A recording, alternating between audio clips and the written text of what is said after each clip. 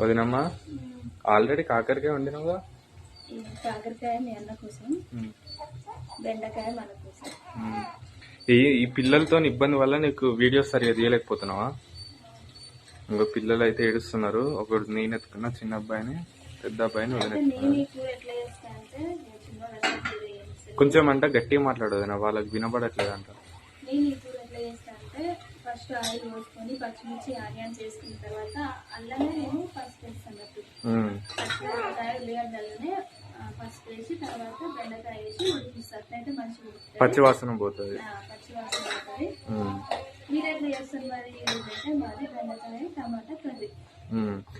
అర్థం చేసుకోండి, ఇగో పిల్లలు ఇట్లా ఇబ్బంది పెడుతుంటారు వంట చేసేటప్పుడు కానీ, అట్లా ఇబ్బంది ఉంటుంది. సో అందుకే వాళ్ళు తీసే వీడియోస్ ఇట్లున్నాయి. ఇంకా ముందు ముందు పార్ట్స్ తోని మంచి కంటెంట్ తోని మీ ముందుకు వస్తుంది వదినమ్మ. అట్నే సపోర్ట్ చేస్తూ ఉండండి. ఓకేనా?